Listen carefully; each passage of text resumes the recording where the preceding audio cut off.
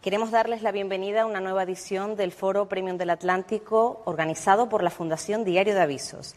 Saludamos a los asistentes que nos acompañan en este espacio de eventos Social Lab, también de la Fundación, a los espectadores que nos siguen a través de Atlántico Televisión, la primera cadena regional privada en Canarias, así como a los usuarios de la plataforma diariodeavisos.com. En esta ocasión tenemos el placer de contar con la intervención del doctor María Alonso Puig, miembro de la Harvard University Medical School, autor de numerosas publicaciones de gran éxito y una de las voces más influyentes y acreditadas del panorama internacional en cuanto al campo de la salud, la motivación, el liderazgo y la creatividad. Les adelantamos que nuestro invitado abordará un asunto de máximo interés para todos. ¿Qué debo hacer yo en mi vida cotidiana para estar mejor y ayudar a otros a estarlo? Tras la intervención del invitado, María Rosman, directora de Atlántico Televisión, y Juan Carlos Mateu, vicedirector de Diario de Avisos, dialogarán con nuestro invitado para ahondar en muchos de los temas que planteará a continuación y que seguramente captarán toda su atención en este encuentro. Sin mayor preámbulo, damos la bienvenida al doctor María Alonso Puig.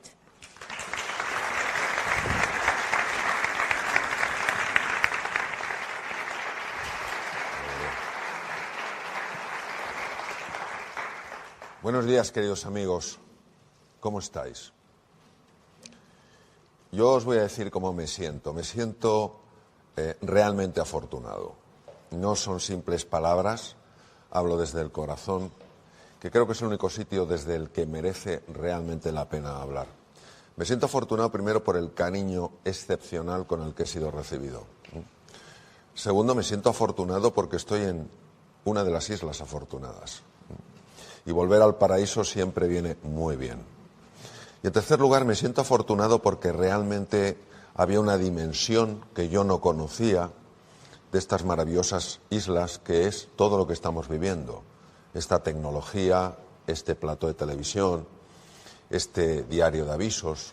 Y como decía mi maestro de Zen Genpo Roshi, hay que saber dar las gracias. Cuando uno se siente afortunado, tiene necesidad de dar las gracias. Y quiero dar las gracias a las personas que me habéis invitado, empezando por ti, Lucas, por gente tan maravillosa, Osimara, María, Juan Carlos y, cómo no, nuestro querido Carmelo, ¿no? Y todas las personas que hacéis posible esto. Mirad, una de las cosas que yo me planteo cuando me dan una oportunidad tan maravillosa como la que me estáis dando hoy es qué puedo hacer para ayudaros a descubrir todas las cosas que podéis hacer y que tal vez no estéis haciendo. Vivimos en un mundo, todos lo sabemos, tan disruptivo que ya no se habla de un mundo en cambio, sino de un cambio de mundo. Y ante estos cambios de mundo, el ser humano se queda completamente descolocado. Es como si nos hubieran quitado el suelo bajo los pies, no sabemos muy bien qué hacer. Y como decía, como era el título de un libro, la sensación es que todo se derrumba, ¿no? Se derrumban nuestras seguridades económicas, nuestras seguridades de salud, todo lo que es la geopolítica internacional, y tendemos a sentirnos muy pequeños, demasiado pequeños. De lo que voy a hablar no es ni mucho menos de un homenaje al ego, que importantes somos, sino todo lo contrario, de un reconocimiento de la grandeza que hay dentro de nosotros y que precisamente hay que tenerla presente en momentos como el actual. Momentos donde da la sensación que hablar de lo optimista, de lo positivo, de las cosas alegres de la vida, está fuera de lugar. Da la sensación que la persona que intenta transmitir optimismo, un poco de entusiasmo por la vida, un poco de gratitud, es una persona que no se ha enterado de cómo están las cosas. Es una persona que vive en otra realidad. Está en lo que dicen los americanos denial, está negando una realidad. Y yo creo que lo que estamos negando no es que haya una realidad dura, que la hay. Lo que estamos negando es la posibilidad de transformar esa realidad. En una cena maravillosa que tuvimos ayer, donde nos reímos mucho y hablamos de cosas fascinantes, comentaba en una de las cosas que yo compartí con mis nuevos amigos, compartí algo que había ocurrido en España cuando perdió una isla que era Cuba. Pierde Cuba Y Cuba para España era algo de una importancia extrema. Es decir, te habían arrancado un miembro de tu cuerpo. Y lógicamente esto generó una tristeza que inundaba todos los espacios. Todo el mundo estaba triste, tocaba estar triste, tocaba tener esa cara derrumbada, tener ese aspecto alicaído, ¿no? Y la generación del 98, que es la generación de la pérdida de Cuba, es una generación de escritores maravillosos y nadie les puede negar a estos escritores su talento formidable, pero tienen un pozo de tristeza. Lo que tocaba era estar triste. Y en aquel entorno, en aquel contexto tan duro para toda España, aparece en Valencia un pintor tremendamente disruptivo. Un pintor que no tenía miedo a la crítica. Un pintor que sabía lo que España necesitaba en ese momento. Y estaba dispuesto a ofrecerlo desde su pequeño espacio, desde su ciudad, con la voluntad de alegrar el ánimo de todos los españoles. Por eso se le llamó el pintor de la luz. En un momento de oscuridad, en un momento de tiniebla, en un momento de hundimiento nacional, aparecen unos cuadros llenos de luz, llenos de vitalidad, llenos de fuerza. Don Joaquín Sorolla fue durísimamente criticado por algunos de los miembros de la generación del 98, que cómo se atrevía a transmitir ese optimismo, que cómo era posible que mostrara ilusión y alegría, que eso ofendía al espíritu nacional. Me recuerda en un programa online que yo llevaba sobre la práctica de la quietud. No se podía en aquel momento tener encuentros presenciales. Una mujer empezó a practicar esto que compartía, que todos conocéis como mindfulness. Y bueno, yo les daba una sesión de 2 horas o 4 horas, dependiendo, pasaba un tiempo, teníamos una conversación de cómo esto lo habían incorporado en su día a día. Y esta mujer contó lo siguiente: fui a un funeral, se podía ir a funerales, lo que pasa es que iba todo el mundo con mascarilla. Fui a un funeral por la pérdida de un ser muy querido por mí. De alguna manera la práctica de esa quietud, la práctica de ese silencio interior, de ese volver a mi centro, me dio una paz y una serenidad que hasta a mí misma me sorprendieron. ¿Cómo podía estar yo tan serena cuando la pérdida era tan grande? Sentía el dolor, sentía la tristeza y a la vez sentía un bálsamo que de alguna manera dulcificaba ese dolor. Pero lo que más me sorprendió, dijo esta mujer, fue escuchar algún comentario por casualidad.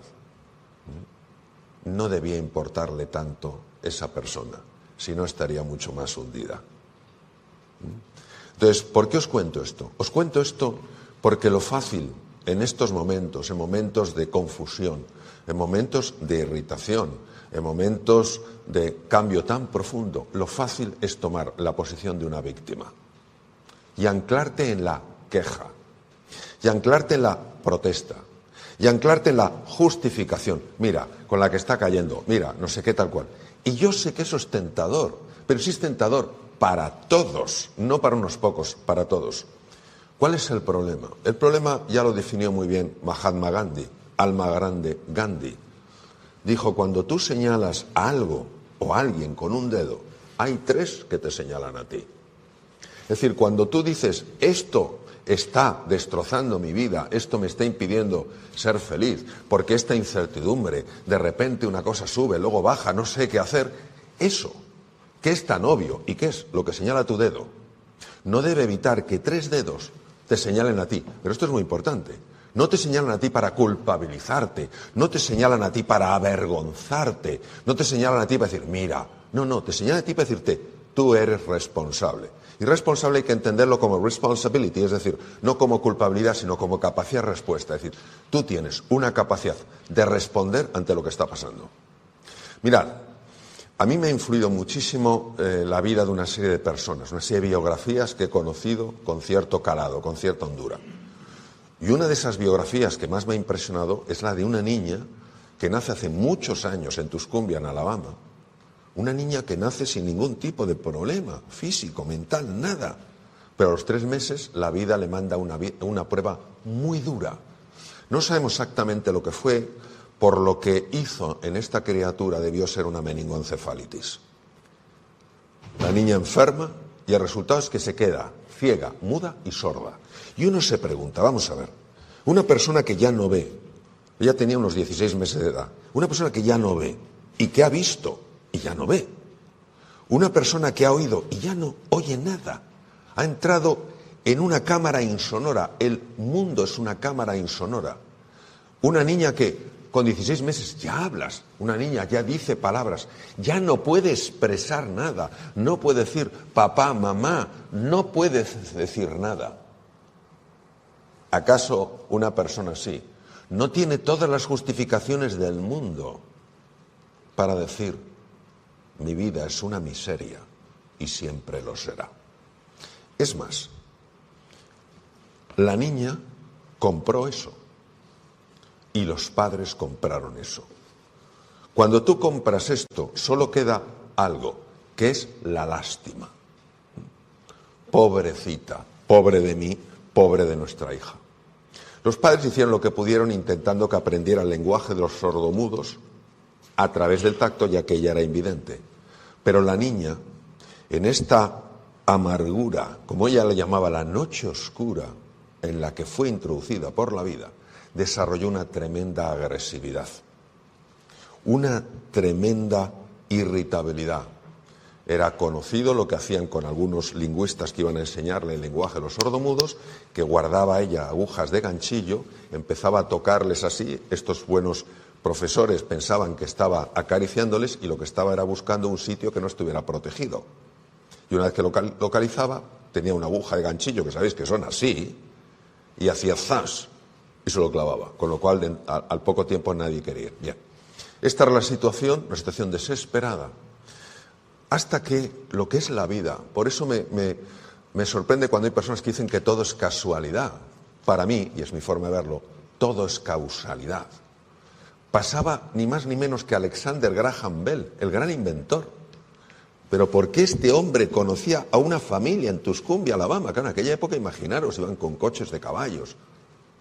Pasa y pregunta por la niña, ¿cómo está Helen? Ah, Alexander, no tenemos nada que hacer, es un animal salvaje, es nuestra hija, nos da lástima, pero cuando nosotros muramos, ¿qué será de ella? Y Alexander Graham Bell solo les dijo una cosa, no abandonéis, no tiréis la toalla, nunca lo hagáis. Voy a hacer un paréntesis. Después de la Segunda Guerra Mundial, sobre todo de la batalla de Inglaterra, sabéis que Winston Churchill jugó un papel importantísimo para evitar que los nazis siguieran en su invasión de Europa. Cuando ya había terminado la guerra, Winston Churchill fue invitado a dar una conferencia a un colegio. Ya os podéis imaginar cómo estaría ese colegio lleno. A dar, pues eso, a lanzar un mensaje a jóvenes, profesores, familiares, a alguien que había sido nuclear en vencer a los nazis. Se acercó al micrófono y dijo exactamente esto, está grabado. Nunca, nunca, nunca os rindáis. Y se fue. Había dicho todo lo que tenía que decir. Como me decía en el colegio, lo bueno, si breve, dos veces bueno. Cerramos paréntesis. Nunca tiréis la toalla, pero Alexander, ¿qué vamos a hacer si nuestra hija ya no tiene solución? Y él sugirió que llamaran a una persona que trabajaba en el Instituto Perkins para ciegos de Boston, una mujer que además tenía dificultades para ver, veía pero tenía dificultades. Dice, traeros a esa mujer, porque no conozco a ninguna otra persona que sea capaz de despertar un alma dormida. Se llamaba Annie Sullivan. Annie Sullivan va desde Boston hasta Tuscumbia, en Alabama, y está con Helen Keller 10 años. Por supuesto, Helen la pinchó, Helen la mordió, pero ella aguantó. ¿Cuál no sería la transformación que tuvo lugar en esta niña invidente, muda, sorda, que fue la primera mujer en la historia que en el año 2008 se graduó con honores por la Universidad de Harvard. Hoy en día podéis ir a Radcliffe, está en Cambridge, Massachusetts, enfrente de Boston, y pasear por los jardines donde esta mujer paseó. ¿Y por qué os cuento esto? Porque la entrevistó un periodista, claro, una mujer con estas limitaciones. Y en aquella época, donde era tan difícil que una mujer pudiera acceder a estudios superiores, y máximo en una universidad de más prestigio en los Estados Unidos, pues claro, llamó la atención. Y un periodista que conocía el lenguaje de los sordomudos a través del tacto, ya que ella no podía ver, le preguntó: señorita Keller, ¿hay algo peor en esta vida que ser ciego? ¡Qué pregunta! Y dijo: sí, señor, es peor poder ver y no tener una visión, porque cómo ve usted el futuro determina cómo vive el presente. Su fe en el futuro es su fuerza en el presente. Y añadió lo siguiente: dice, yo soy una, solo soy una, no lo puedo hacer todo, pero sí puedo hacer algo. Yo jamás renunciaré a lo que puedo hacer. Este es el mensaje fundamental que quiero compartir con vosotros. Que cada uno de nosotros, donde esté, como esté, en lo que haga, en la medida de sus posibilidades, decida no tomar el papel de una víctima, que es el papel facilón, y tomar el papel de un actor, de una actriz. No estamos hablando del actor más importante, actriz más relevante. Actores y actrices que estén dispuestos a cambiar las cosas. Dicho esto, y esto es una elección personal, es una decisión de cada uno, porque lo fácil es caer en la seducción de la justificación, en la tentación de la excusa. Es muy fácil, son muy jugosos. Cuando tú decides, no, yo ya no me voy a quejar, yo ya no me voy a fijar solo en lo que está mal, sé que hay cosas que están mal, yo voy a enfocar mi atención como si fuera un rayo láser en donde quiero que estén las cosas. Y entonces la mente del ser humano, cuyo poder es difícil de describir, empezará a hacer que cosas sorprendentes sucedan.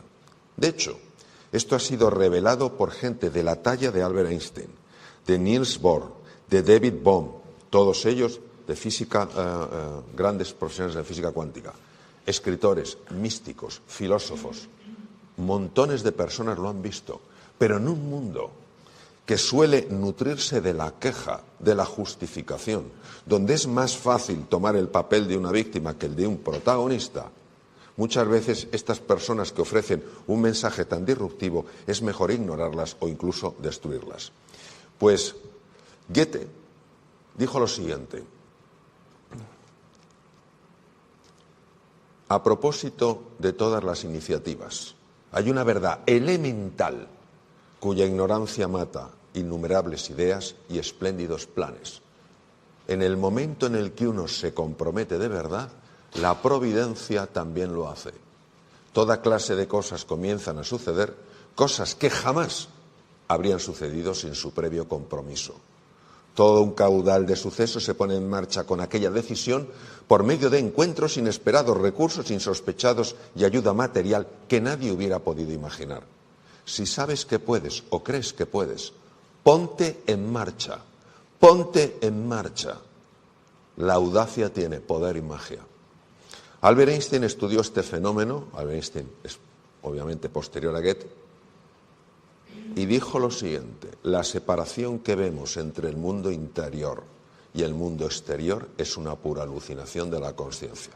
Es decir, si nosotros queremos tener un impacto positivo en el mundo, si no nos son indiferentes los demás, si no nos es indiferente la naturaleza, si no nos es indiferente, y la separación que vemos entre el mundo interior y el mundo exterior es una alucinación de la consciencia, quiere decir que si yo estoy bien por dentro, aunque no sea consciente de ello, algo en mi presencia va a irradiar una energía, llamémosle así, que va a hacer que el mundo exterior de alguna manera empiece a modificarse.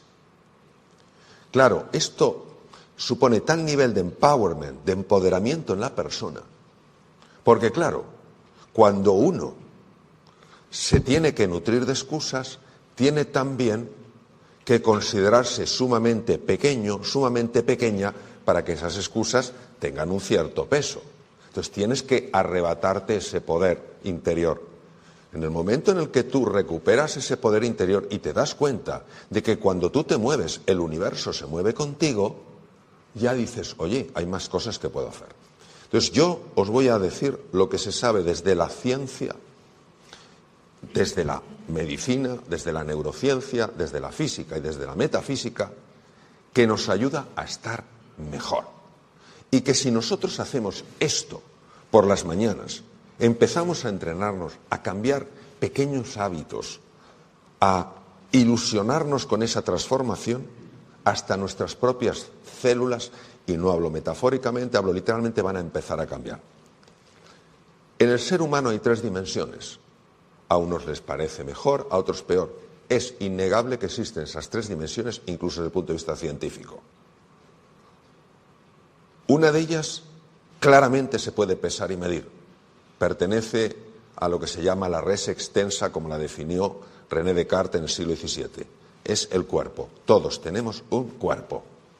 Y negar la existencia de un cuerpo, o querer destruir el cuerpo, o pensar que el cuerpo es un obstáculo, es un grave error que casi le lleva a Gautama Buda, al famoso Buda, a la muerte, porque inicialmente consideró que el cuerpo era la cárcel del alma, un poco en la línea de Platón, de hecho son más o menos de la misma época. El cuerpo es fundamental para que tú estés bien e irradies eso. Hablaremos del cuerpo. Hay 2 elementos que pertenecen a la res cogitans de Descartes, lo que no se puede pesar ni medir, y no por eso deja de existir. Hay ondas de radio, ondas de televisión, no las vemos, pero no por ello dejan de existir.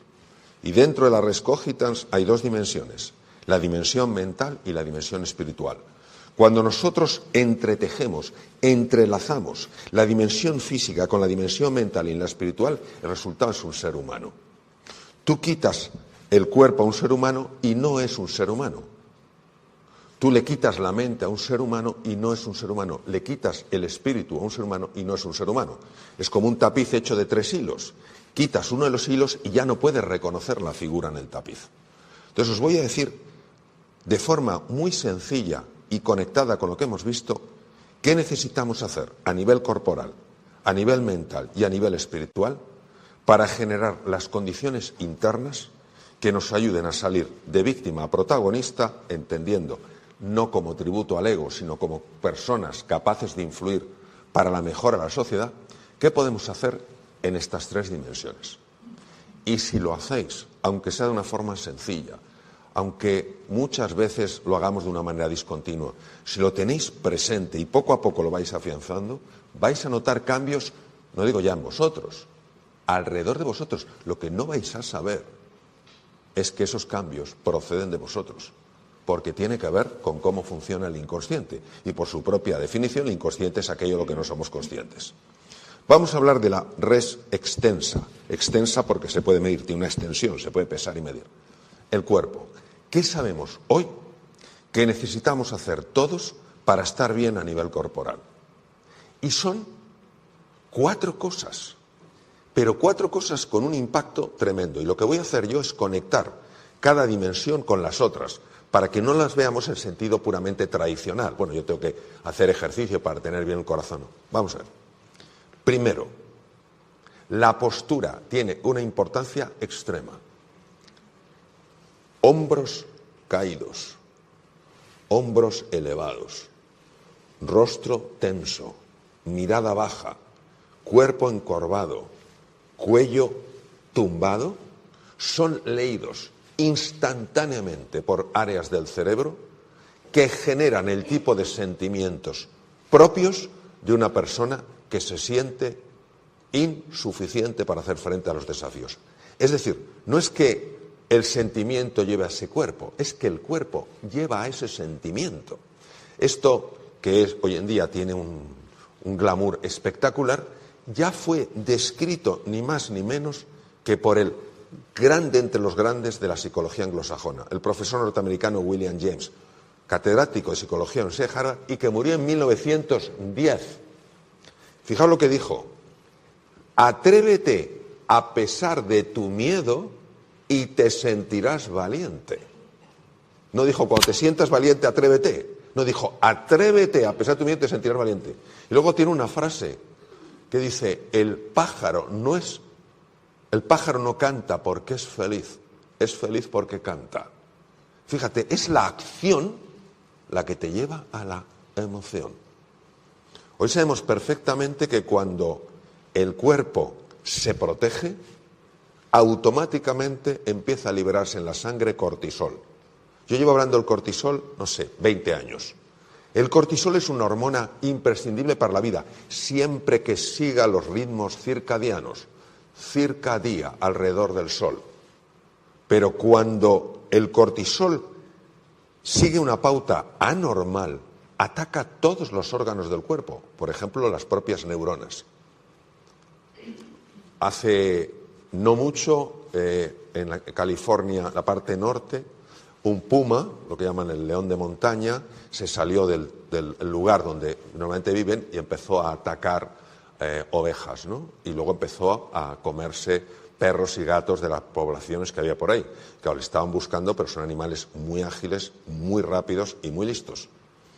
Pues hubo un señor, esto es una cosa muy curiosa, que tenía tanto miedo de que el puma les atacara, que automáticamente los hombros le pusieron así. Y no le bajaron hasta que no capturaron al puma. Esto es para protegerte, que no te muerdan la yugular. Fijaos cómo el cuerpo reacciona. Entonces, ¿qué quiere decir? Que ajustéis el cuerpo. Es decir, que ese cuerpo derrumbado no es un cuerpo que nos ayude. Es un cuerpo, tiene que ser un cuerpo esbelto, hombros hacia atrás, pecho hacia adelante, cuello estirado, mandíbula relajada, una cierta sonrisa, respiración abdominal. Entonces, la postura es fundamental, ajustar la postura. Al principio te va a parecer raro, porque vas a creer que todo el mundo te mira. No te mira nadie. Si cada uno va a su bola. Cada uno va a su bola. Segundo elemento, nutrición. Yo os voy a hablar de la nutrición no por cosas como el síndrome prediabético, resistencia a la insulina, inflamación crónica de bajo grado, que no quiere decir de bajo efecto, de gran efecto, de bajo grado, porque no es muy intensa, pero es muy extensa. Yo os voy a hablar del efecto que tiene la nutrición en el estado de ánimo. Hace unos años en la Universidad de Columbia, donde estudiaste tú, en gastroenterología, el jefe de gastroenterología, profesor Gresham, descubrió que el tubo digestivo es el segundo cerebro. Hay alrededor de 500 millones de neuronas. Esto es una barbaridad.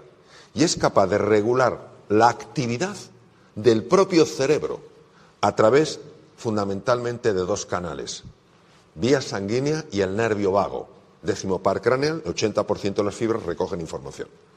Y se descubrió que la salud de la microbiota, de ese conjunto 1,2 kilos aproximadamente de peso, que habitan bacterias, hongos, etcétera, que habitan en el intestino, la salud de la microbiota es determinante en el estado de ánimo de una persona y en su salud. Entonces nosotros nos tendríamos que hacer una pregunta: oye, ¿y qué puedo hacer para cuidar de mi microbiota? Esto es un tema que podemos hablar horas y horas, pero vamos a lo esencial. Lo que puedes hacer es seguir la mejor dieta que existe en el mundo. Es tan buena que en la Escuela de Salud Pública más relevante del mundo, antes se llamaba la Escuela de Salud Pública de Harvard, ahora se llama Escuela Chang, que está en Boston, en la parte de Harvard, la dieta que se enseña a los que van a ser los líderes de la salud mundial es la dieta mediterránea, que no la sigue ni el Tato. Yo una vez en Colombia dije, no la sigue ni el Tato, y una persona me preguntó, ¿quién es el Tato? Y le dije yo, no, el Tato no existe. Hasta que di una conferencia en Sevilla, dije eso, y se me acerca un señor y dice, yo te voy a invitar a ti a cenar.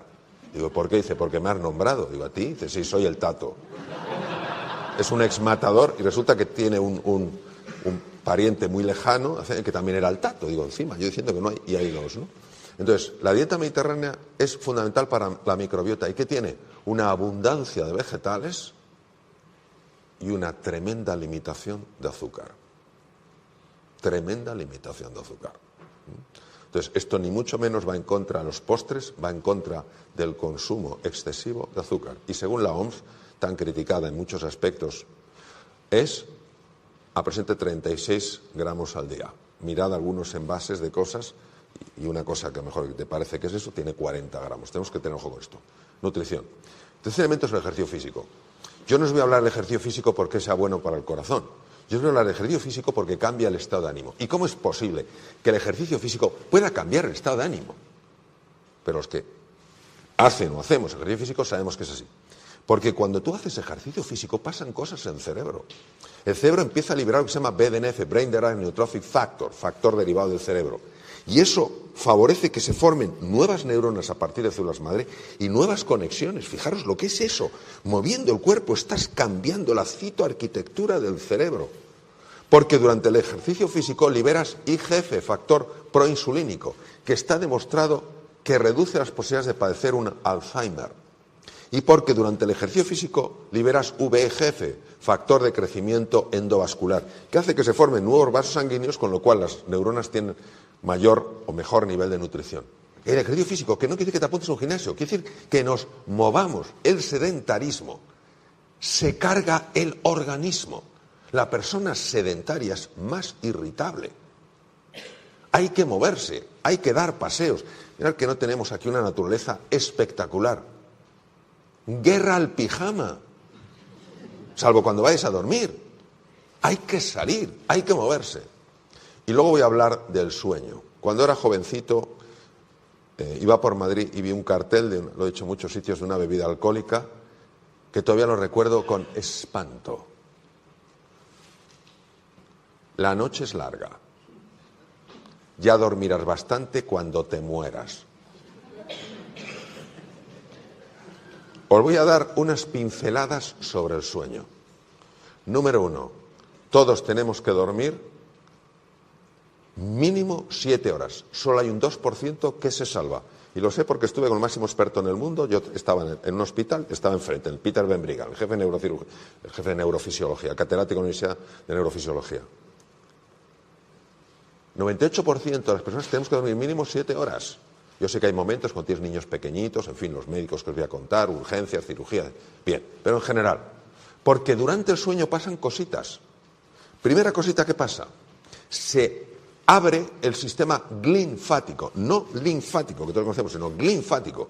Fue descubierto en 2015 en los Estados Unidos, sistema linfático propio del cerebro para eliminar sustancias tóxicas cuya acumulación favorecen enfermedades degenerativas como el Parkinson o el Alzheimer. Toma ya, y es durante el sueño. Durante el sueño se libera melatonina. La melatonina mucha gente cree que es solo para quedarte dormidito. No, la melatonina activa por la noche los genes PER1, PER2 y PER3, los cuales evitan que haya mutaciones cancerosas.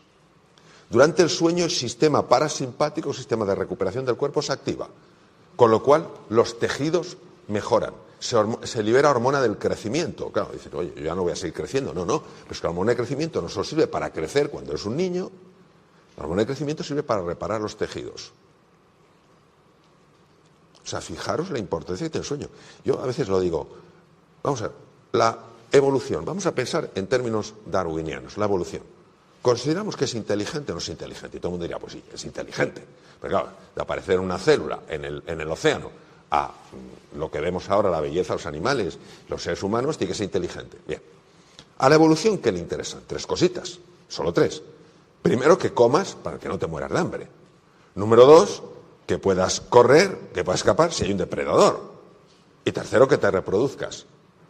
Si la naturaleza es inteligente, ¿cómo nos va a dejar 8 horas sin tener capacidad de comer? Porque estoy por ver a alguien que esté dormido y esté comiendo. Número 2, nos deja 8 horas sin capacidad de escapar. Estoy por ver a alguien que esté durmiendo y esté escapando. Y desde luego hay que ser un verdadero campeón para estar durmiendo y estar reproduciéndose. Eso no existe. Luego quiere decir que es imprescindible. Por tanto, postura, nutrición, alimentación y descanso.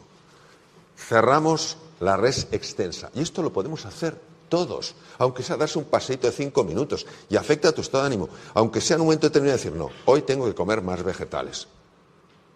Hoy tengo que hacer tal. Hoy no puedo seguir viendo tablets o móviles de emisión de luz azul porque va a interferir por la noche en la liberación de melatonina. Y poquito a poco vas ganando terreno. La libertad, queridos, es una conquista diaria, ¿vale? Entonces, poco a poco vas introduciendo hábitos, no con ese espíritu de perfección, sino de mejora continua. Entonces, cerramos la parte de la res extensa, la que se puede medir, los procesos corporales. Y nos vamos a la res cogitans, la parte mental y la parte espiritual. Parte mental. Lo voy a hacer muy fácil para que lo entendáis. 2 circuitos en el cerebro. Red neuronal por defecto, red ejecutiva central. Red neuronal por defecto. La cabeza siempre al pasado o al futuro.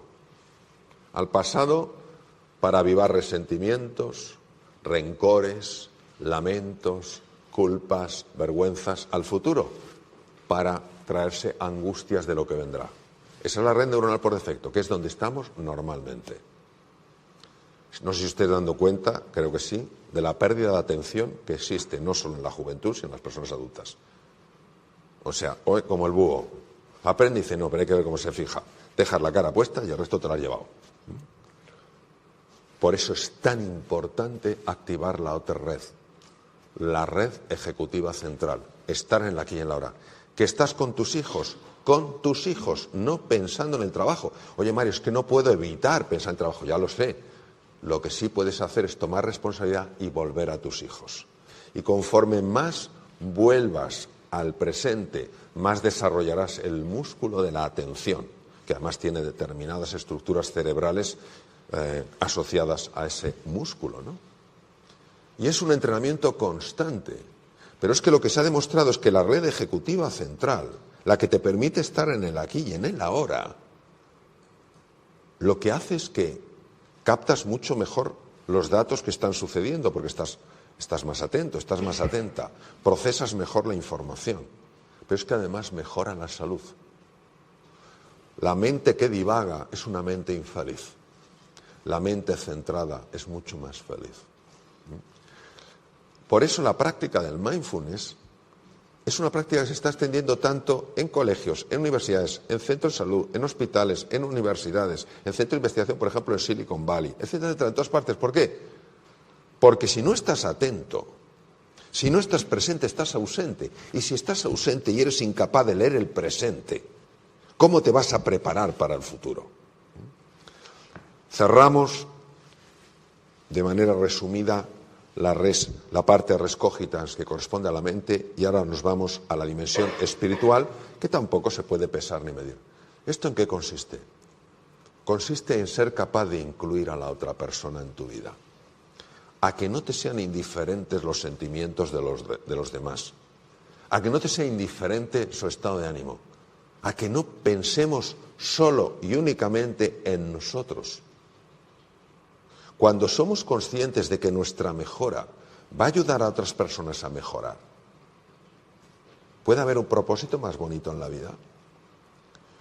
¿Cómo podemos nutrir esa dimensión espiritual? Ha sido muy investigado, por ejemplo, ni más ni menos que por la Clínica Mayo en Rochester, considerada todavía la mejor clínica del mundo, en un sitio inhóspito, en Minnesota. Bien, primero, la gratitud. La gratitud. Recuerdo en un documental en el que participé que llegamos a un sitio y a la hora de la cena pedí un entrecot, me lo trajeron y estaba un poco duro y dije, esta carne está dura. Y el director del documental, que ha estado en muchos países muy complicados del mundo, me miró y me dijo con enorme cariño, dijo, Mario, no hay carne dura, hay falta de hambre. Aquello que para mí era un problema hubiera sido el sueño para el 90% de la población mundial. Entonces, saber agradecer. Nuestro ego hace que nos fijemos en lo que nos falta, no en todo lo que tenemos. Y esto es importantísimo, la gratitud. La Clínica Mayo ha estudiado mucho el efecto de la gratitud en el cuerpo. Y es espectacular. Es decir, acuéstate agradeciendo algo. Seguro que hay algo en tu vida que puedes agradecer y despiértate agradeciéndote algo. Tengo un amigo que tiene una fundación en una isla en África donde mueren paludismo, sida, etc. Y a este hombre le descolocaba verles tan contentos. Y un día uno de ellos le dijo, oye, dime una cosa, me tenéis descolocado. Os levantéis por la mañana y os veo súper contentos con esa alegría. No lo entiendo, si aquí morís como chinches.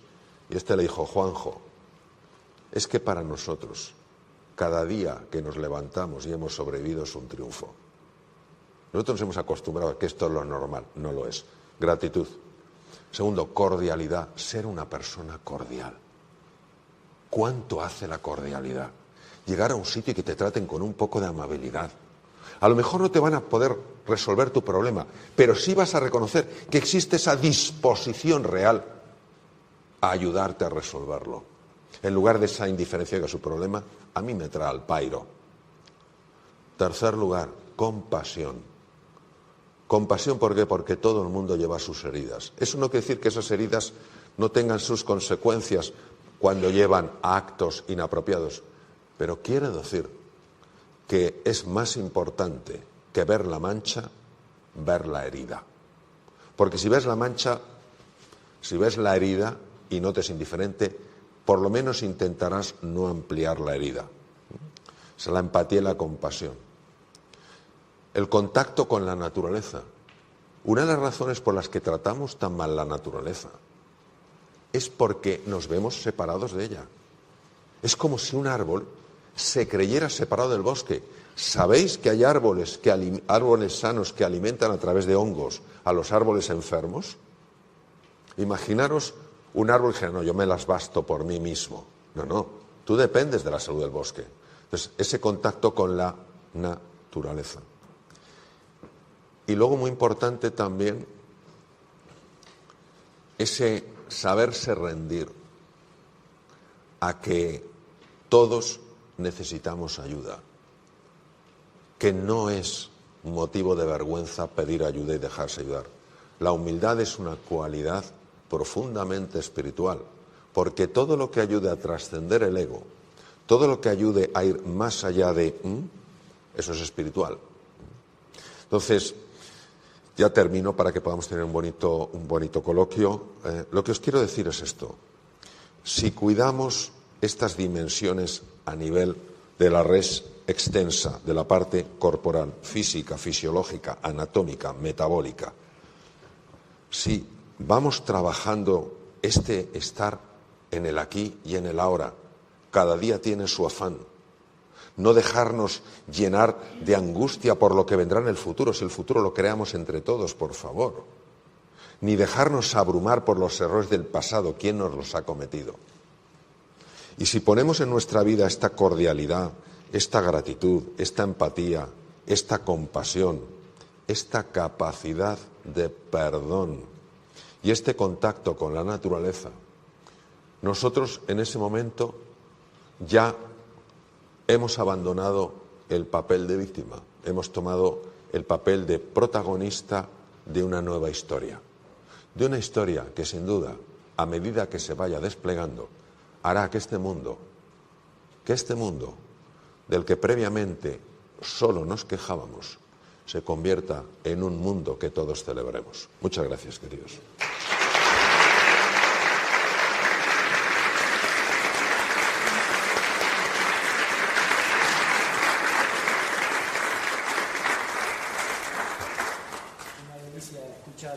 Mario Alonso Puig, uno de los grandes divulgadores más influyentes del mundo, como saben, un excepcional comunicador, como acaban de comprobar con esta brillante ponencia, que además nos ha aportado herramientas para responder a la pregunta que da título a este foro, ¿no? Que no es otra que ¿qué debo hacer yo en mi vida cotidiana para estar mejor y ayudar a otros a estarlo? Una cuestión en la que seguiremos profundizando en estos próximos minutos con María Rosman, nuestra compañera María Rosman. Y a mí, de alguna forma, Mario, me gustaría comenzar un poco este coloquio, este diálogo, preguntándote un poco por la esfera global, contemplando lo que está pasando en este mundo con la guerra de Ucrania, con las hambrunas, con la pandemia de la que venimos, con el cambio climático.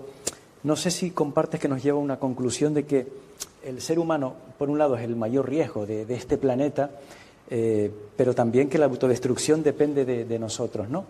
Quiero decir, sin negar que tenemos que afrontar y que vivimos ante una serie de retos, de desafíos, de riesgos, de peligros que están ahí, ¿cómo se puede gestionar esa sensación de que algo catastrófico nos puede pasar?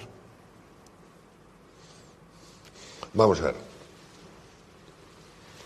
Para que nosotros a nivel global podamos experimentar una transformación en el mundo, hacen falta una serie de cosas muy concretas y muy específicas. Primero, una expansión en el nivel de conciencia. Es decir, o vemos lo que no estamos viendo o no hay nada que hacer.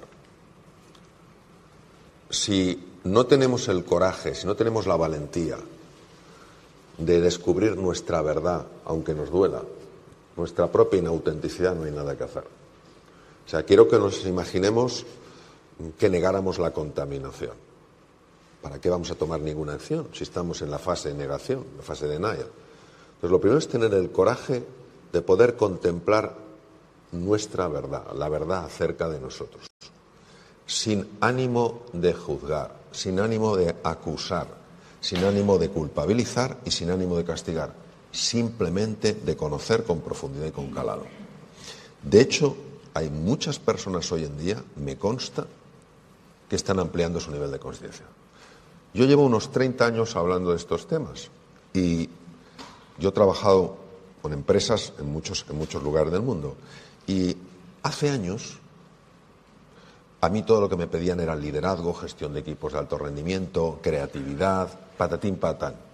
Y yo intentaba colar, como fuera, temas de bienestar, temas de felicidad, y no tenían demasiada receptividad, porque todavía no conectaban los resultados de la empresa con el bienestar de las personas, por sorprendente que parezca. Hoy en día, el 95% de lo que me piden las empresas, a nivel global hablo, son cómo mejorar el bienestar de su gente. ¿Cuál es la diferencia? Una expansión del nivel de conciencia. Se han dado cuenta que la gente, que las personas están sufriendo tanto, están en una fase de burnout a tal nivel que ya está afectando los resultados. Entonces, ya me gustaría que se hiciera por amor al ser humano. Lo que más importa es que se haga, aunque sea para mejorar los resultados, y que eso beneficie al ser humano. Entonces, ahí hay una expansión del nivel de conciencia. Una vez que se expande el nivel de conciencia, se toma responsabilidad. Me invitaron a dar una conferencia para un grupo de ingenieros de muchos sitios del mundo. Y era la primera conferencia que se les daba sobre el estrés crónico, el burnout. Y en el cóctel se me acercó un ingeniero que vivía en Estados Unidos y me dijo: Mario, qué bien, por primera vez se empieza a hablar de esto, ya no podemos más. Entonces, un aumento en la expansión del nivel de conciencia lleva a que se empiece a hablar de eso. Antes de la pandemia, el 25% de la población española consumía ansiolíticos y antidepresivos y no lo hablaba nadie. Ha hecho falta una intensificación del problema, no que aparezca el problema ya venía, una intensificación para que se hable. Y cuando se habla, porque uno se ha dado cuenta de la envergadura del tema, entonces ya se toma responsabilidad. Oye, hay que hacer algo. Entonces existe la motivación, algo te mueve. Y la confianza de que algo puedes hacer. Hay que empezar por pequeños pasos, en este caso por una conversación para hablar del estrés. Y eso lleva a nuevas acciones y acaba cambiando las estructuras. No podemos cambiar la estructura global si ni siquiera estamos teniendo conversaciones auténticas sobre nuestra situación. No podemos negar que el mundo ha evolucionado de una manera extraordinaria desde el punto de vista científico y técnico. Lo cuestionable es si hemos evolucionado desde el punto de vista humano. Eso es lo cuestionable. Nosotros ahora vivimos el doble de lo que es la esperanza de vida, es el doble de a comienzos del siglo XX. A comienzos del siglo XX, una persona de 40 años literalmente era un anciano. Se describía así a las personas de 40 años. Un tranvía atropella y mata en la Gran Vía o en Viena a un anciano de 42 años. Yo veo a las personas igual de agobiadas. No tenemos tiempo para nada. Pero aunque viviéramos 200 años. Entonces, es tomar conciencia y ser capaces de enfrentarnos a una dimensión de nuestra verdad que no es agradable. Nuestra hambre de poder. de someter a los demás, de manipular, nuestra deshumanización, ver a la persona no como un fin en sí mismo, sino como un objeto. Y hace falta esa valentía de aguantar la mirada. A veces tenemos más lucidez y no necesitamos tocar tanto fondo.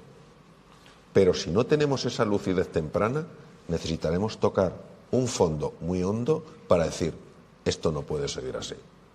Entonces, es lo que te diría, empezar a tener conversaciones, pues como estáis teniendo aquí, o como me comentabas ayer, Lucas, cosas tan importantes que estáis haciendo en el diario de avisos sobre temas pues que a la gente les dé pautas para vivir mejor, es decir, es ir cambiando la polaridad.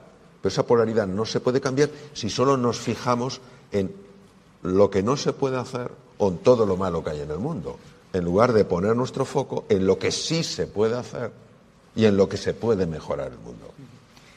En tu libro Reinventarse pones el foco en la grandeza, que así lo defines, que todos llevamos dentro, entendiendo como grandeza pues cómo vivir de acuerdo a quién es cada cual, ¿no? Y que lamentablemente pocos descubren. Anoche lo hablábamos, hay una frase tuya que lo explica de forma muy clara y muy contundente, y es que la mayor parte de los seres humanos se mueren con la música dentro, nunca la oyeron sonar. ¿Cómo descubrir ese poder oculto? Es una gran pregunta. A mí me encantan los cristales naturales. El cuarzo, la amatista, todas estas cosas. Me encanta porque me parece una armonía, una belleza. Tú ves una amatista, que es ese cristal morado precioso, y si te das cuenta, toda la superficie es muy fea, parece una piedra más. Solo cuando se rompe la apariencia aparece la geoda, esa especie de cueva llena de cristales maravillosos. Entonces, todos nosotros tenemos esa doble condición. Tenemos una condición que no es agradable a los sentidos, y tenemos una condición que escapa a los sentidos. Yo no tengo la capacidad con mis sentidos de ver una geoda y saber que es una geoda, a menos de que conozca la piedra, claro, y sepa que, porque no puedo ver el cristal. Entonces esto es muy importante. Nosotros estamos atrapados por nuestros sentidos. Creemos que el mundo que vemos es lo único que hay. Veo esa piedra fea y creo que eso es lo que yo soy. La amatista, el cristal, la geoda, solo se puede ver con los ojos de la fe. Y la fe no es un acto del entendimiento, es una decisión de la voluntad. Decido apostar. Decido apostar por lo bueno que hay en mí. Decido apostar por lo bueno que hay en los demás. Michelangelo Buonarroti, estábamos hablando, Lucas y yo, antes de figuras del Renacimiento, hablábamos de Leonardo, que es un gran experto, Lucas, como sabéis. Hay una figura que a mí me enamora, que es la de Michelangelo Buonarroti. Michelangelo vivió una época muy difícil de la historia, porque el Papa era Julio II. Julio II debía tener un temperamento de bigotes, y le obligó literalmente a pintar la Capilla Sixtina, ya que Michelangelo era escultor. A pesar de eso, en fin, lo que hizo es indescriptible por su belleza. Algunos de los peores bloques de Carrara, las canteras de Carrara todavía se pueden visitar, el mármol blanco más espectacular del mundo, algunos peores bloques le caían a Michelangelo, porque no tenía ese favor, y él nunca se enfadaba. Y claro, me miraban y decían, pero mira la grieta, mira la mancha.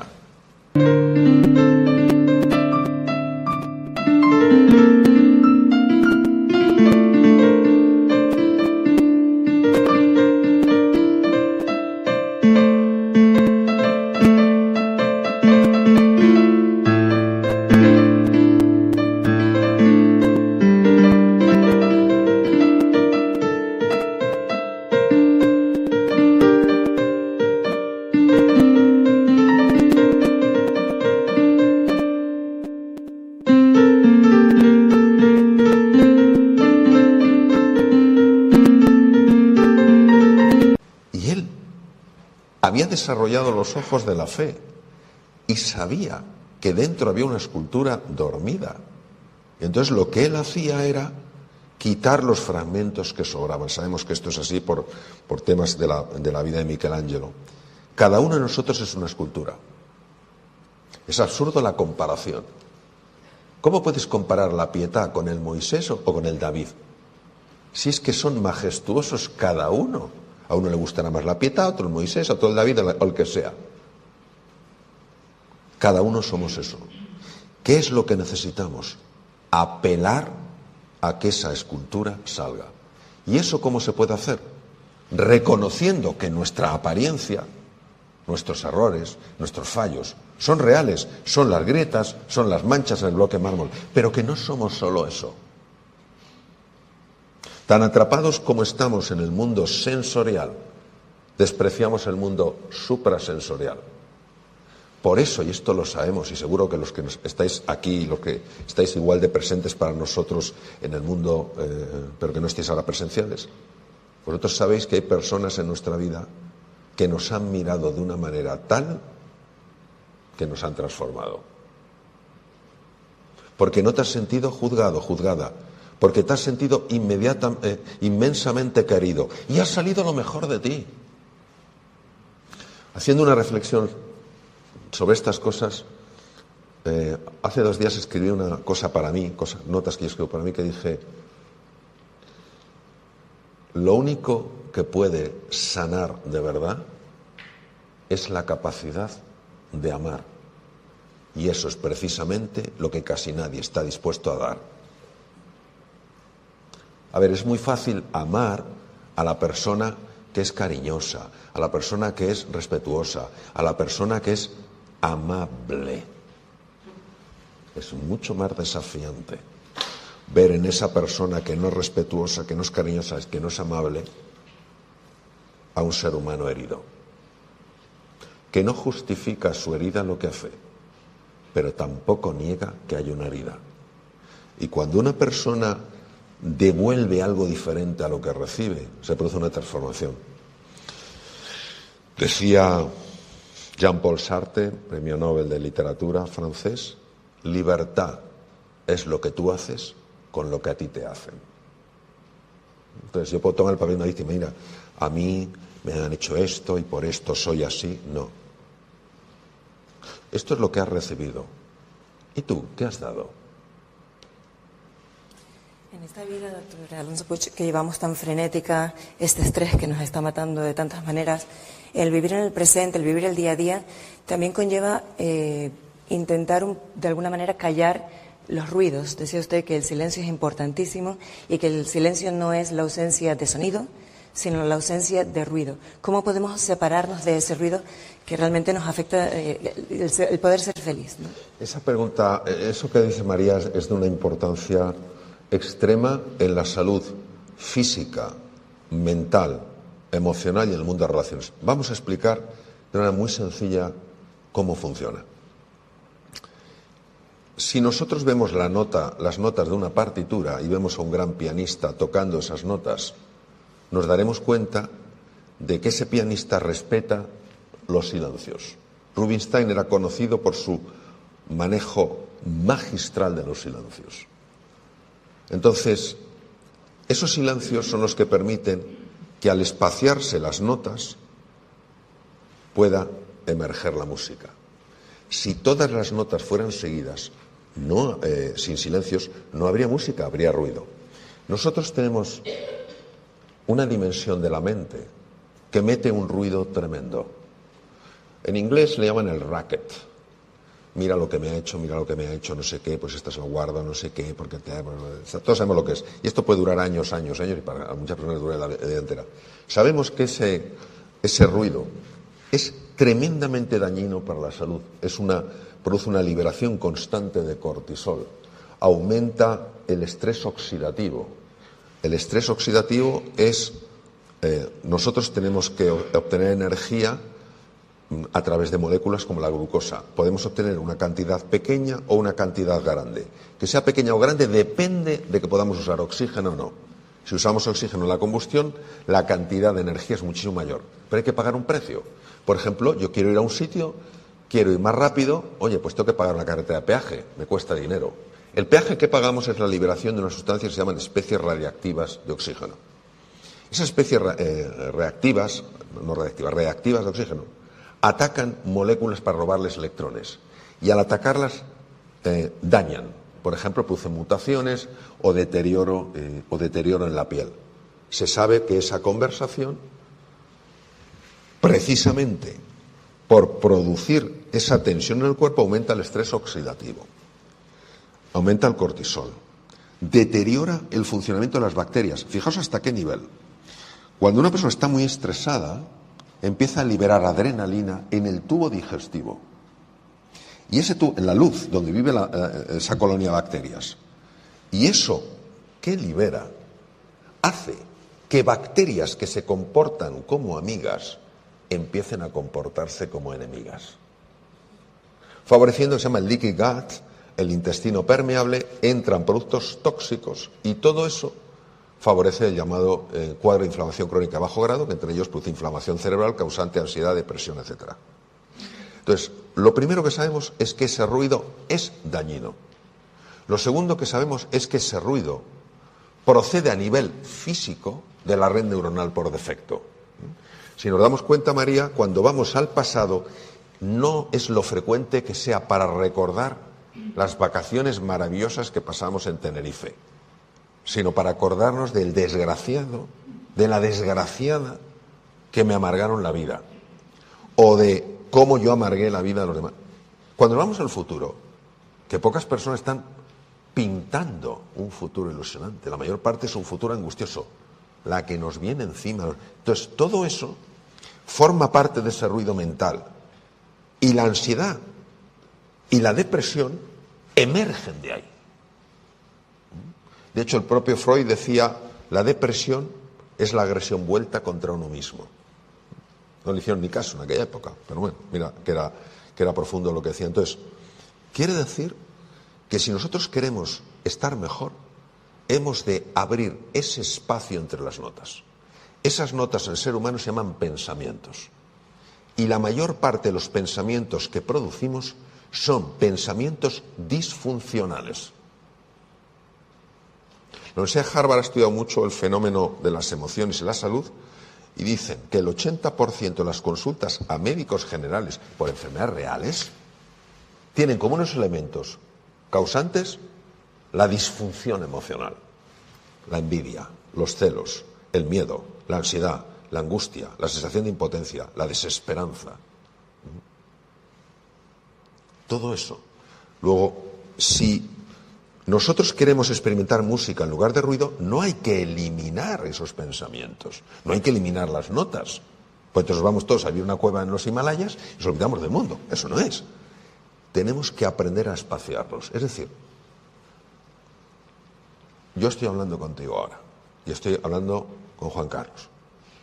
Y se me cuela un pensamiento y dices, ¿qué comeré hoy? Yo no me tengo que enfadar, yo tengo que tener cuidado de que no me arrastre, porque como me arrastre el pensamiento ya no estoy contigo y con Juan Carlos. Entonces en ese momento yo me doy cuenta y sin enfadarme, eso sí, con decisión y con disciplina, yo vuelvo. Cada vez que estoy haciendo eso, el espacio que se va abriendo entre los pensamientos es mayor. Y hay personas que me han preguntado, oye, pero...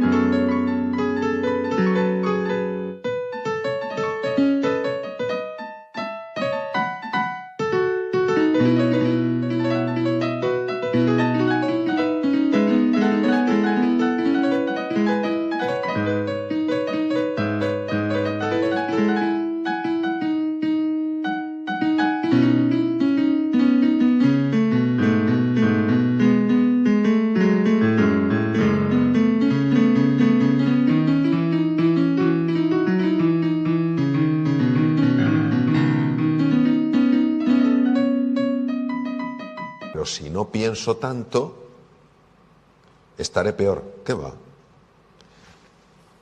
Si yo estoy escuchándoos y a la vez estoy pensando, no os estoy escuchando. Cuando tú sustituyes el pensamiento por la observación, por la conciencia, estás en otro nivel. No podemos hacer eso sin espacio. Entonces llega un momento en el que solo entran algunos pensamientos y fundamentalmente tú, al estar observando, ya sabes lo que tienes que hacer porque te recibes mucha más información.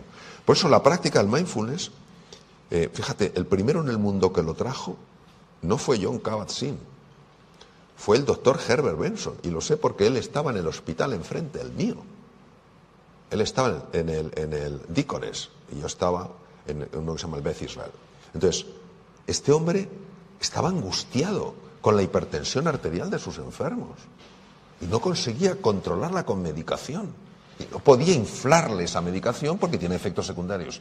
Y escuchó, leyó, estamos hablando hace muchos años, hace más de 30 años, que los monjes budistas tenían un sistema para calmar la mente. En Occidente esto era imposible.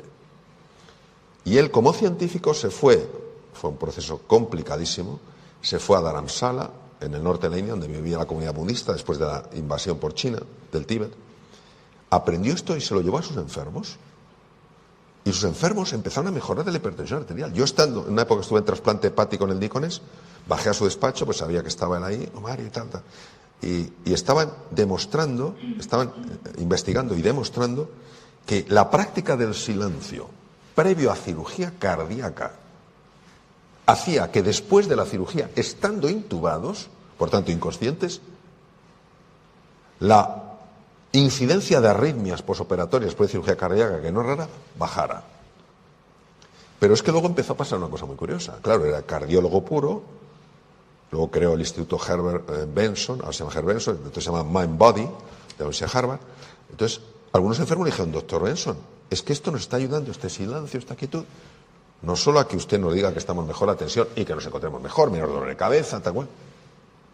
Es que estamos empezando a resolver cosas en nuestra vida, yo qué sé, pequeñas cosas, pero no sabes cómo resolverla.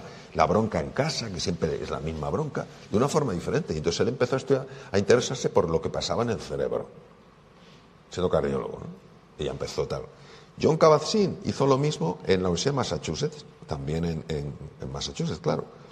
Hace 30 años le tomaban por un loco. Tiene un mérito este hombre extraordinario.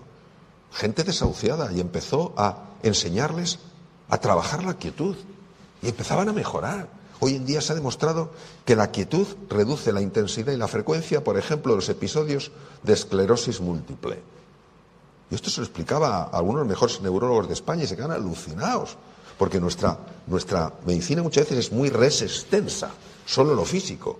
Y la res cogitans, lo mental y lo espiritual, parece que sobra y hay que integrarlo, ¿no? Entonces, ¿qué podemos hacer? Entrenarnos en estas prácticas. Pero ¿sabes lo que pasa? Que nuestra mente, que lo lía todo, dice, es imposible que una cosa tan sencilla pueda tener tal efecto. Hoy en día, con más de 30 años de investigación, sea Harvard, Stanford, MD Anderson Cancer Center, montones de sitios, con toda la investigación que hay, todavía hay una resistencia. No, esto no tiene sentido. Con lo ocupado que estoy, con lo ocupada que estoy, voy a cerrar los ojos 10 minutos. No, es que vas a estar mucho mejor. Entonces, eso es lo que te diría. Es crear el hábito de la quietud. Es el espacios de silencio para estar bien. Momentos de recuperación. Tú, Mario, que eres médico, has sido médico cirujano, especialista en aparato digestivo, ¿nos confirmas que la ciencia avala que las personas que afrontan una enfermedad de cierta gravedad, si la afrontan con una predisposición favorable, tienen más opciones de salir adelante, que se activa de alguna manera el sistema inmunológico? Sin ninguna duda. O sea, lo puedo avalar, todas las veces que sea necesario. Y voy a dar una sencilla explicación. Hubo una científica norteamericana maravillosa, falleció, una mujer que podía perfectamente haber recibido el premio Nobel de Medicina, la doctora Candice Perth. Ella demostró que todos tenemos receptores en cada célula del cuerpo para distintos tipos de hormonas. El cortisol es la hormona del miedo. Cuando se acopla a un linfocito asesino, por ejemplo, expertos en atacar virus y expertos en atacar tumores, ese linfocito asesino pierde su fuerza. Pero si tú tienes ilusión, tienes confianza, tú bajas tus niveles de cortisol y subes los niveles de otras hormonas. Puede ser serotonina, puede ser dopamina, y eso produce un efecto diferente en el funcionamiento del sistema inmune. Segundo tema, la microbiota está en constante contacto con el sistema inmune, el sistema de defensa, el que nos tiene que proteger de bacterias, virus y tumores, que ahí está la mayor parte de los problemas, quitar los traumatismos, quitar los envenenamientos, etcétera, etcétera. ¿Por qué el 80% del sistema de defensa del cuerpo está en la pared del intestino? Porque la piel mide 2 metros cuadrados, pero el aparato digestivo, la mucosa, el revestimiento interno, si lo abres, equivale a 2 pistas de tenis. Es la mayor superficie del cuerpo, por ahí te puede entrar de todo. Entonces, el 80% del sistema de defensa, el 80% de estos soldados están vigilando esa fortaleza. Cuando una persona, ante una enfermedad, cae en sensación de impotencia y de desesperanza, todo esto produce una forma de estrés llamada distrés. Daña la microbiota. Al dañar la microbiota, hay que tener en cuenta que la microbiota en gran parte adiestra a esos soldados, aunque parezca mentira. Es un órgano externo, pero casi es como interno, ¿no? Eso tiene una repercusión enorme en el sistema de defensa. Por eso, el tener ganas de vivir, el tener confianza, el sentirse apoyado, importantísimo. Por eso es tan fundamental que las personas enfermas, sobre todo de ciertos tipos de enfermedades que generan mucha sensación de soledad, tengan grupos de apoyo. Todo eso reduce la activación del sistema simpático, que es el que produce todas estas alteraciones, y activa el parasimpático. Se sabe que el parasimpático, el sistema parasimpático, hemos visto hasta las proyecciones sobre las células, favorece que esas células sean más agresivas contra los tumores. Entonces, ¿qué quiere decir? No es la panacea. Hay gente súper optimista y súper positiva que no sale adelante. Hace poco, yo soy patrono de honor de la Fundación Juegaterapia. Hace poco, pues, hacíamos un homenaje a Elena Huelva, una jovencita maravillosa que falleció de un sarcoma de Ewing con 20 años y era positiva, no lo siguiente. Y entonces, gracias a ella y a su empuje y a la Fundación, pues se ha conseguido una beca para ayudar a la investigación del sarcoma de Ewing, ¿no? Y esto pasa. Ahora, que no sea el único factor determinante, no quiere decir que no sea un factor que cuente, y muchísimo. Tú hablabas antes de algunas prácticas orientales. Te quiero preguntar también por ese diferente concepto de felicidad en Oriente y en Occidente, ¿no? Aquí, en teoría, se dan determinadas condiciones que parece que son como más favorables para tocar, para alcanzar, saborear esa felicidad, mientras que en Oriente, pues probablemente con menos recursos económicos y sociales, la gente parece más feliz con menos, ¿no? ¿Eso tiene que ver con la espiritualidad? Sí, esa es una reflexión, yo creo que nos tiene que invitar a pararnos y a considerar lo siguiente. En lo que yo conozco de la cultura oriental, no la oriental occidentalizada, sino la oriental y la occidental.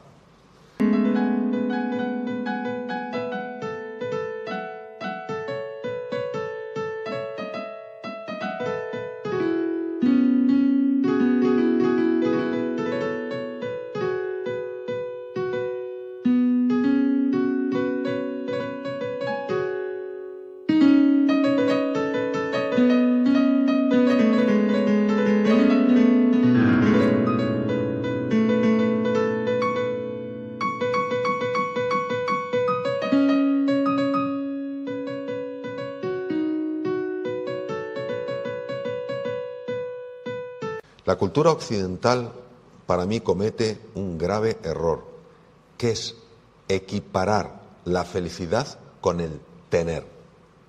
Mientras que la cultura tradicional oriental, la felicidad la conecta con el ser. Nosotros podemos tener cosas agradables a los sentidos, y eso pertenece al mundo del tener. Pero a mí eso no me gusta llamarlo felicidad, me gusta llamarlo bienestar. Te da una vida más cómoda. Mientras que para los orientales, en la filosofía oriental, y también incluso en la filosofía sapiencial occidental, la felicidad tiene que ver con el ser. Yo suelo poner un ejemplo muy básico, pero que mucha gente lo entiende muy bien.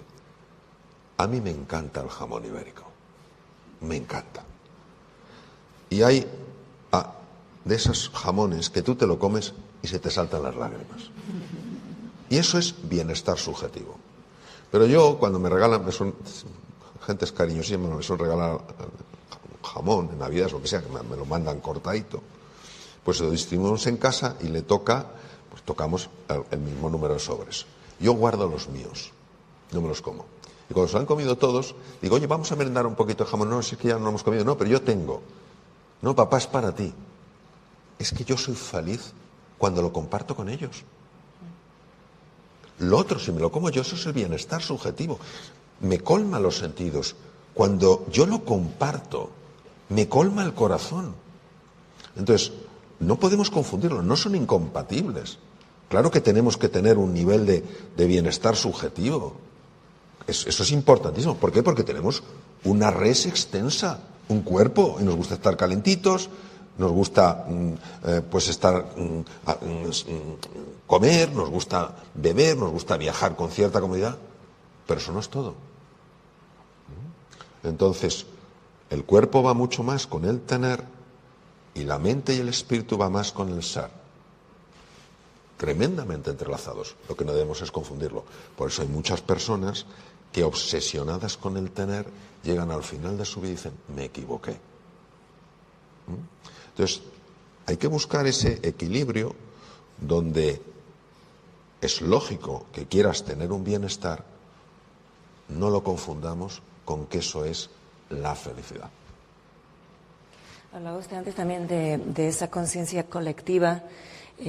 Ponía el ejemplo de los árboles enfermos que ayudan a los árboles, al revés, los sábanos ayudan a los árboles enfermos. ¿Existe esa conciencia colectiva en los seres humanos también? ¿Estamos conectados de alguna manera todos en otro plano, en el plano? Sí. ¿De qué manera influye? ¿Cómo hay un efecto mariposa de alguna manera? Sí. Esto, María, nos invita a elevarnos de plano, es decir, salir del plano físico y entrar en el plano metafísico.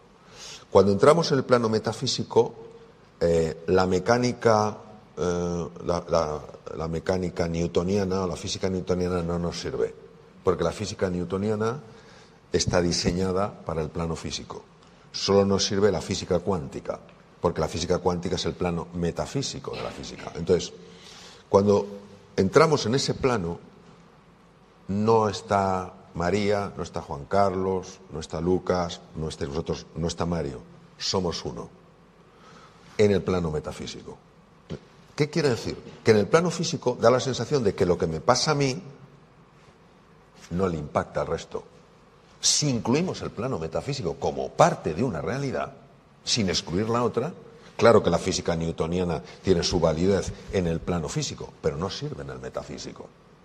Si incluimos el plano metafísico, te das cuenta de que tus pensamientos, lo que tú irradias o lo que proyectas, está teniendo un impacto en los demás.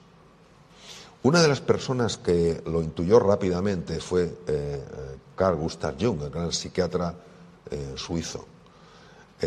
Jung hablaba del inconsciente colectivo.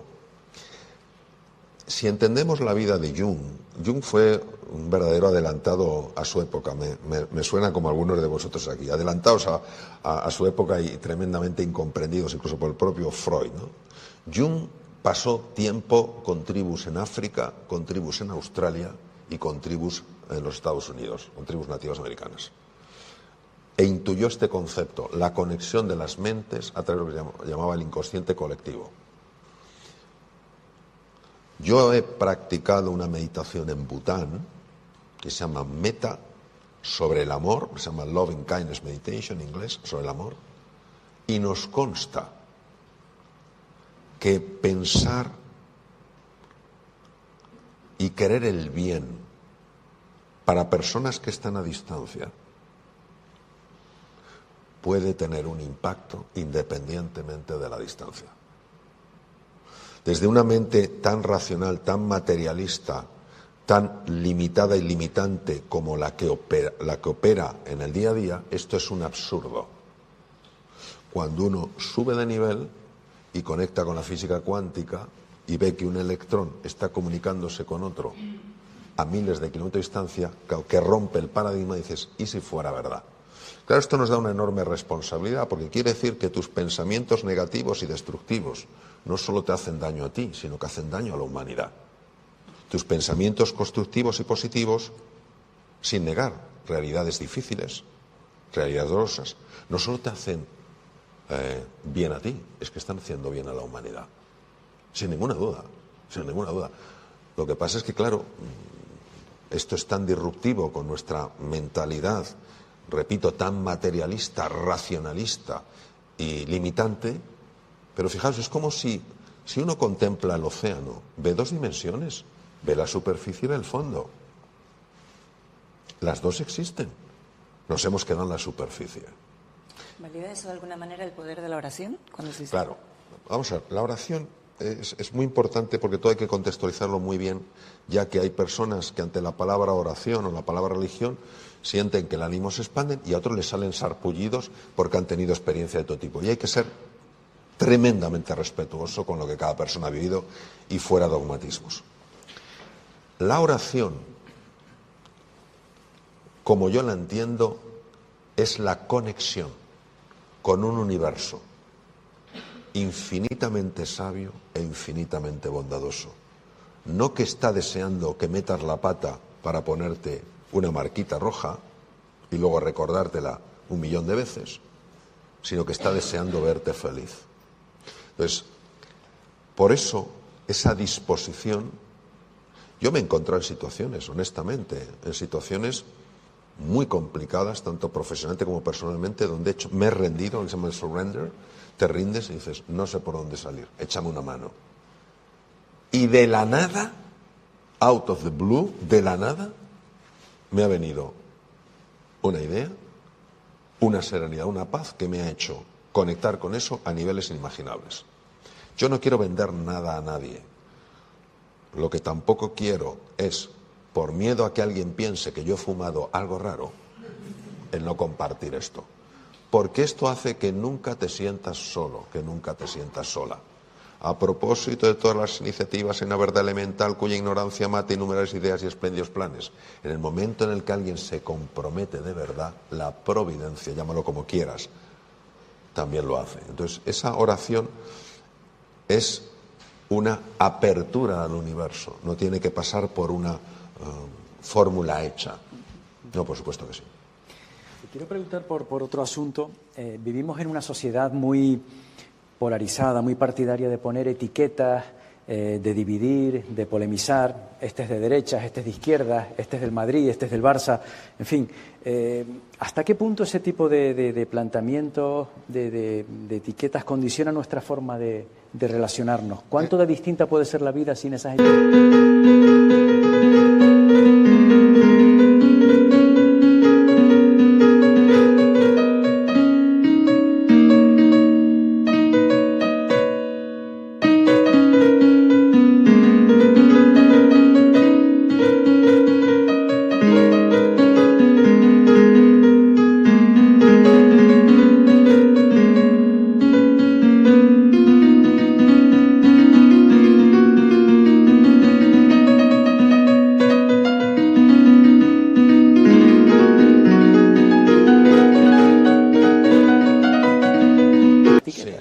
Mirad, en la época de la pandemia, la época más dura en España, se construyó un hospital en Madrid, que es el Hospital Zendal, en IFEMA.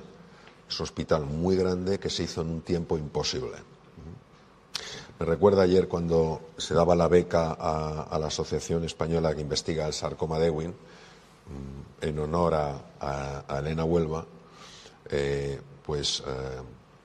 la cantidad de cosas que se tuvieron que hacer para hacer un baby pelón, que es lo que se vende, y de eso se le da a la Asociación Española, y el pañuelito lo diseñó Elena Huelva. Pues para hacer un baby pelón hacen falta 3 meses. Sabían que ella estaba a punto de fallecer y que quería tener su baby pelón. Lo hicieron en 3 días. ¿Vale? Entonces, ¿por qué os cuento esto? Porque el Hospital Zendal era imposible de hacerlo en el tiempo que se necesitaba, y sin embargo se hizo. Yo tuve la fortuna de conocer una vez que se hizo el hospital, conocer al director general de IFEMA, el que se encargó de toda la logística, y al responsable médico que se encargó de toda la parte médica, porque había que hacer tuberías, no sé qué, oxígeno, eso la parte logística y la parte médica, da igual. Y me comentaron que allí había gente de todos los partidos políticos ayudando, que todos a una Fuenteovejuna, que todos se olvidaron de lo que les separaba y se enfocaron en lo que los unía. Yo creo que en una época como la actual, en la que hacemos frente a tantos desafíos, necesitamos personas que nos unan, no personas que nos separen. O sea, todos vamos a encontrar en el otro cosas que no nos gustan. ¿Por qué no nos enfocamos en lo que sí nos gusta? ¿Por qué no nos enfocamos en las cosas favorables? ¿Por qué no nos enfocamos en lo que nos conecta?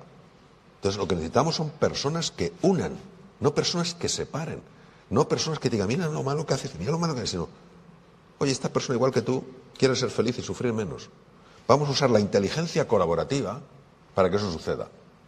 Entonces, por eso la cooperación es la gran solución. Y todo lo que fomente la rivalidad, eso no va a llevar a ningún sitio. Doctor Alonso, llegó el momento ya de un poco empezar a cerrar el foro para no abusar tampoco mucho de su tiempo. Yo creo que nos quedamos todos con ganas de saber muchísimo más, pero ya se nos acaba un poco el tiempo. Para cerrar, nos gustaría si nos puede hacer una pequeña reflexión, teniendo en cuenta que hoy es el Día Internacional de la Mujer, con este aspecto, y ya yo creo que va siendo hora de que empecemos a despedirnos el día de hoy. Me hicieron una entrevista hace un par de días para un periódico en la península y me hablaban de esto. Vamos a ver. Cicerón fue uno de los personajes más relevantes que ha conocido el mundo. Cicerón dijo que la virtud más hermosa era la justicia. Yo creo que todos, hombres y mujeres, tenemos que estar en favor de la justicia. Y la justicia es reconocer en la mujer exactamente la misma dignidad que en el hombre en todos los sentidos. Y todo lo que vaya a favor de reconocer esa dignidad, me parece que va a ser bueno para todos. Y eso es lo que puedo decir. Entonces, que el mundo necesita el talento femenino, pero si eso es indudable. Lo importante no solo es que la mujer reconozca que está operando en el paraguas de la justicia y no de la injusticia, sino que la mujer consigo misma también haga justicia. ¿A qué me refiero? Yo he estado con muchos directores de recursos humanos en empresas que me han dicho lo siguiente: se ofrece un puesto X. El ideal de condiciones son 10. Una mujer con 8 no se presenta y un hombre con 5 sí. Es decir, la mujer también ha de hacerse justicia a sí misma. ¿Qué quiere decir? Reconocer lo mucho que vale.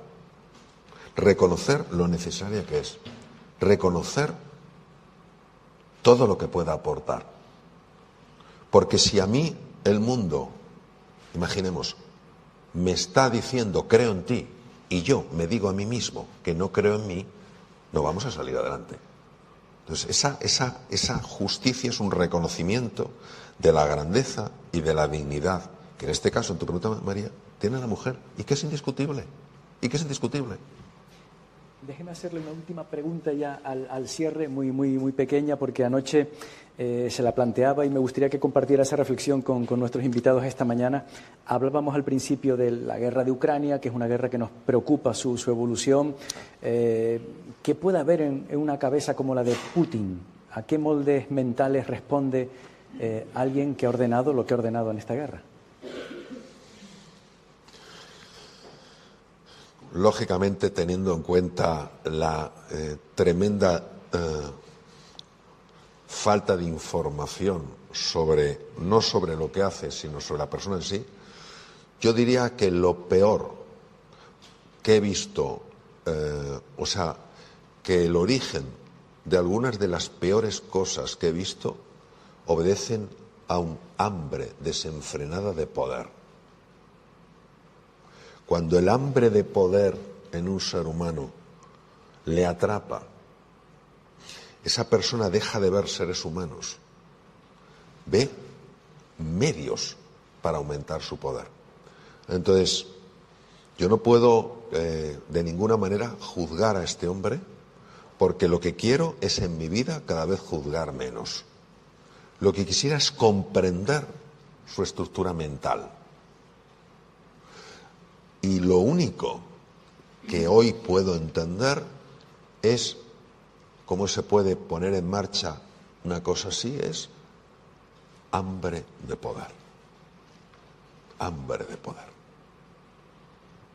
Por eso toda persona que tenga poder, todos tenemos poder de influir, pero aquellas personas que ocupan puestos de gran poder, es muy importante que no se olviden de por qué están ahí. Están ahí para servir, para contribuir. Por eso el poder tiene que ir unido a la humildad, porque si no te separas. Te separas. Yo esto se lo pregunté a un historiador porque me parecía que era imposible. Me habían dicho que algunos césares, en la época de la Roma clásica, claro, imaginaros todo el mundo, ¡wow, César! Llevaban a una persona que le tiraba en la túnica y le decía, recuerda que eres tan solo un hombre. Recuerda que eres tan solo un hombre. Y dije, no, esto, digo, de luego, con Nerón y con Calígula esto sería imposible. Dice, no, con Nerón y con Calígula, pero sabemos que algunos emperadores existían. Entonces, tenemos que tener eso, decir, recuerda que no eres más que nadie. Tienes un puesto más importante. Eso no te convierte en una persona con mayor dignidad a nivel humano. Entonces, en el momento en que perdemos esa conexión con lo terrenal, nos creemos que estamos por encima del bien y del mal. Y entonces podemos encontrar justificación a cualquiera de nuestras acciones. Con ese mensaje nos vamos a quedar, Mario Alonso Puig. Juan Carlos, con un mensaje un poco más optimista, ¿no? Para no quedarnos con esto, ¿no? Para subrayar. Vamos a quedarnos quizás con todos los ejemplos tan bonitos que hemos visto de solidaridad, de resiliencia, de contribución. Muchas personas en muchos lugares del mundo, en España y en muchos sitios, vamos a quedarnos con eso, que en medio de la fealdad también hay el otro, hay belleza. Pues un gustazo escucharle y aprender tanto esta mañana con sus reflexiones. Muchas gracias. Gracias a todos.